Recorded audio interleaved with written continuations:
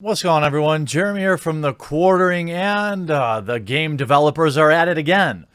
This time, Riot Games, a ex-female employee, airing out some seriously disturbing accusations online of another male Riot employee.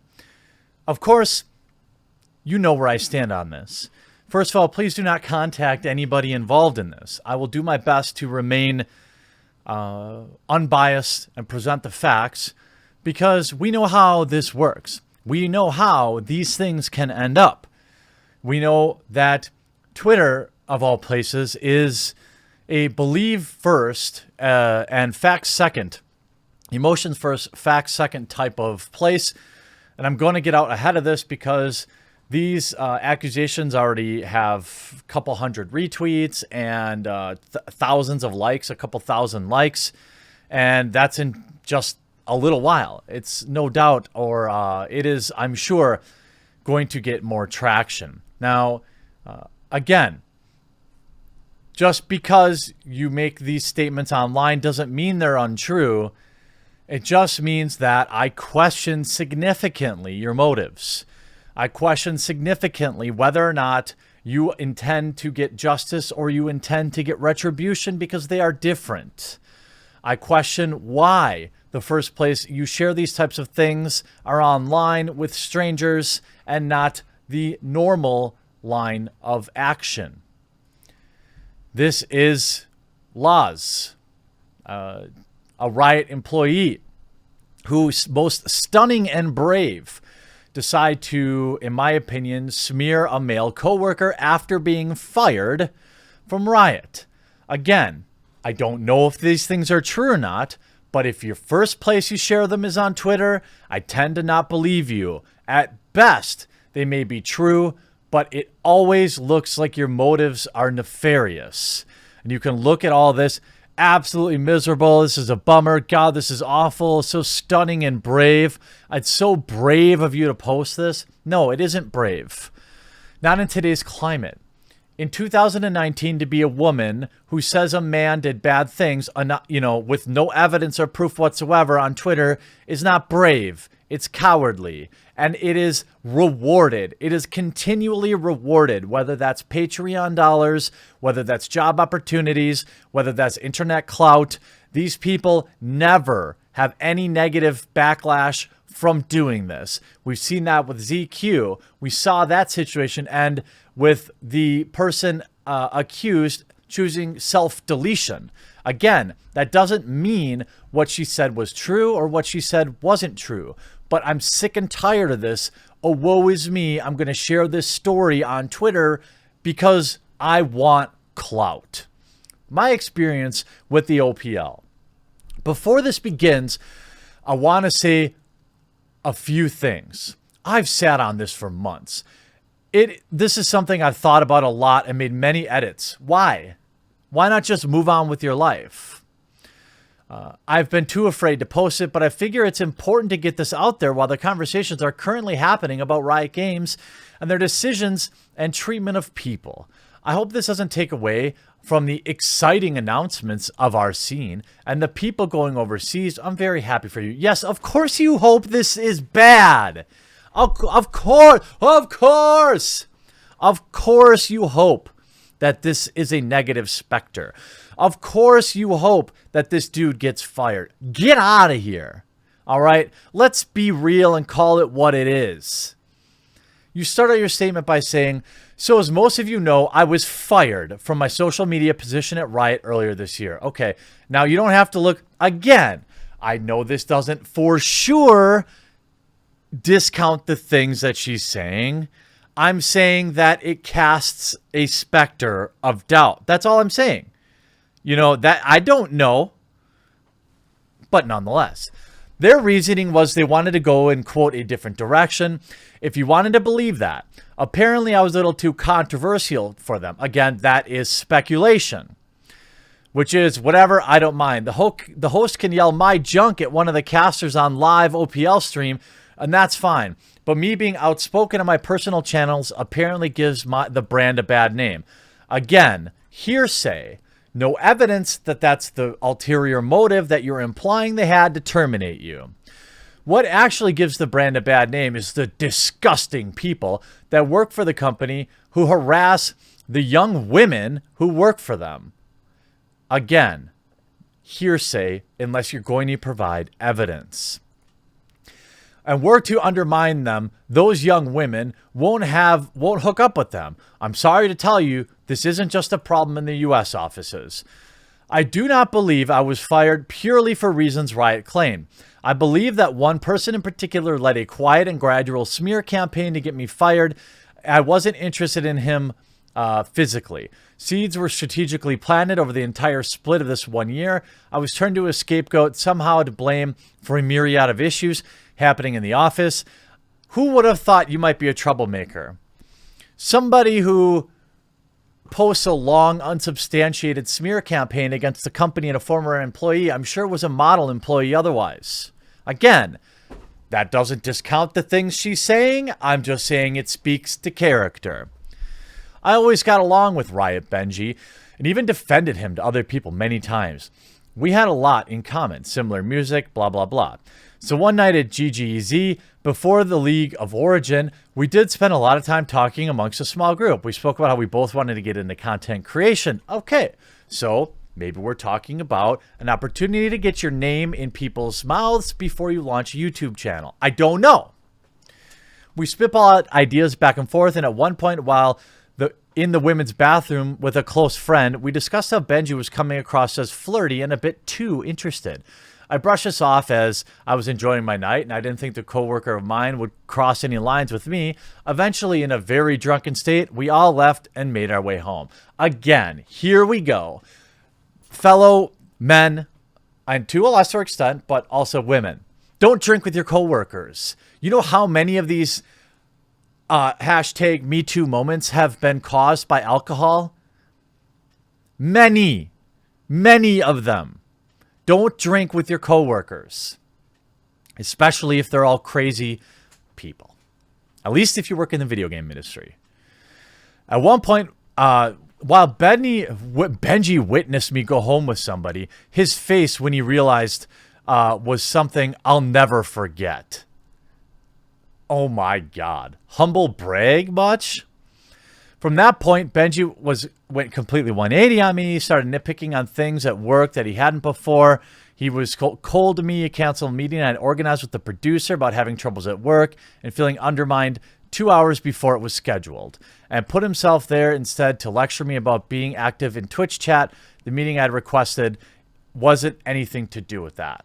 So at this point, what we have is, in her words, he was so destroyed that he couldn't hook up with her that he hatched this grand scheme to get out of the company.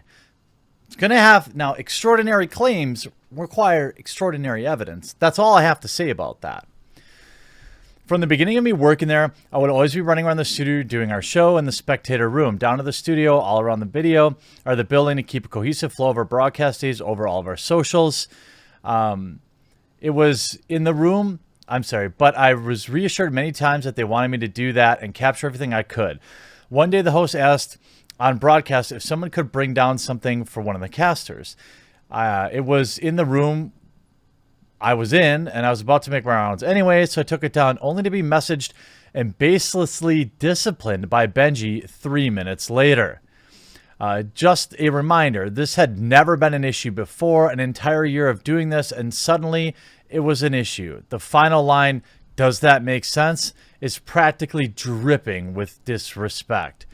Ben, hey, I appreciate that Niche Boy asked for it, but in the future, talk to me or the broadcast about this kind of thing. I'd rather you focus on social, and we got someone that was free like a ref to look these kinds of requests. What's wrong with that?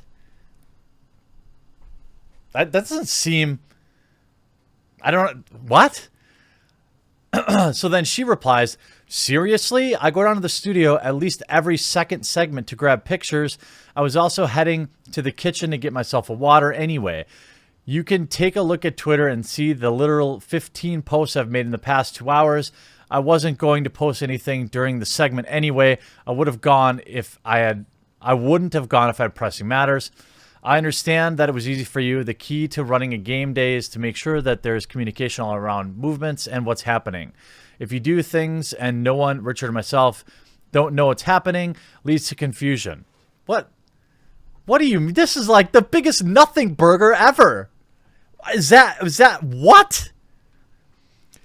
I constantly felt like I was on the back foot with Riot for the entirety of split one of this year, which was entirely different than the vibe I had all the way through 2018. I felt unwelcome in the office and none of my ideas were being received. Ugh. Look, maybe that's true, but how come this is the same stuff with Riot, everyone? They didn't take my ideas. Maybe your ideas... Nope. Calm down. Isn't it possible that your ideas were bad? I'm just saying. It's possible. I got told off for posting this on my own feed.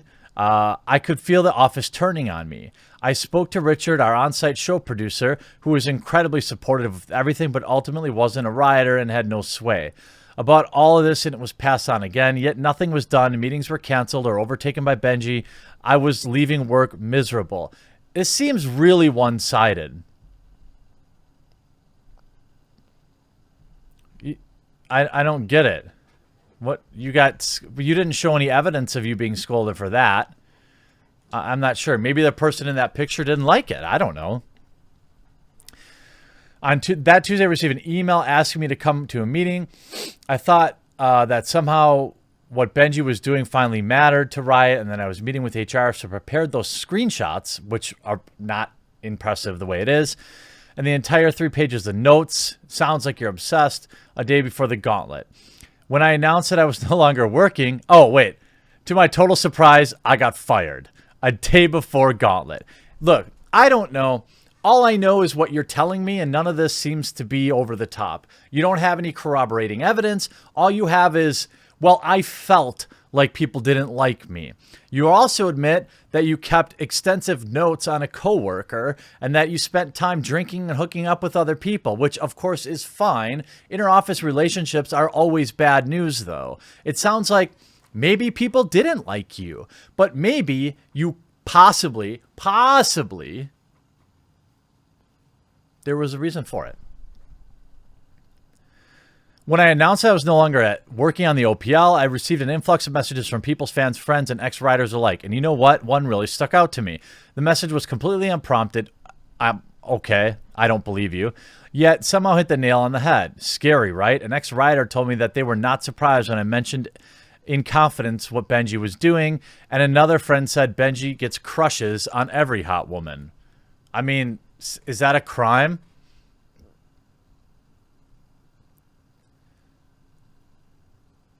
I mean, the whole thing, you refuse to hook up with Benji or something? I mean, that doesn't really tell me anything. It's maybe the guy is, fishing in the company pond or looking to dip his pen in company ink. He shouldn't be doing that. It's stupid for his own protection. But nothing I've read here is any reason to freak out. There's nothing here. This is nothing. I'm terribly hurt by all this. I'm hurt that no one in the office backed me up. Well, maybe. Okay. It's surprising that not one person corroborated any of this. And I'm hurt that some people in the office have had negative opinion of me by now. But I won't stand for this. I've experienced harassment and men making me uncomfortable at every single job I've had until my current position. See, this is the... Okay, look, maybe this happened. She has not proved anything. And what is the saying? Like, hey, maybe it's not everybody else. Eventually, you have to look inward. And maybe it's, I don't know. Maybe you're just a magnet for bad behavior. But it seems as though in all these cases, it's everybody else's fault. I was fired, so it couldn't have possibly been that I was fired for cause, which, by the way, she has not proved otherwise. It had to be that because this dude was so devastated I didn't hook up with him. That's how this reads to me. And this is getting shared around the internet. I don't like this. I don't like that people are taking the first opportunity to post things to social media instead of reporting it by the proper sources. It sounds like allegedly she went to HR and HR didn't care. So one of two things happened. Either HR truly didn't care, which is bad, and we know that Riot doesn't have a great reputation, but that doesn't mean we should automatically believe everything everybody says about them when it's bad. And or maybe HR looked at the charges made and decided maybe there's not enough here. It's difficult to know, but this stuff has to stop. If you're going to do this, you better make an ironclad case, which this particular employee from Riot failed miserably at. What a bummer is right. I hope you enjoyed this video. We'll talk to you again real soon.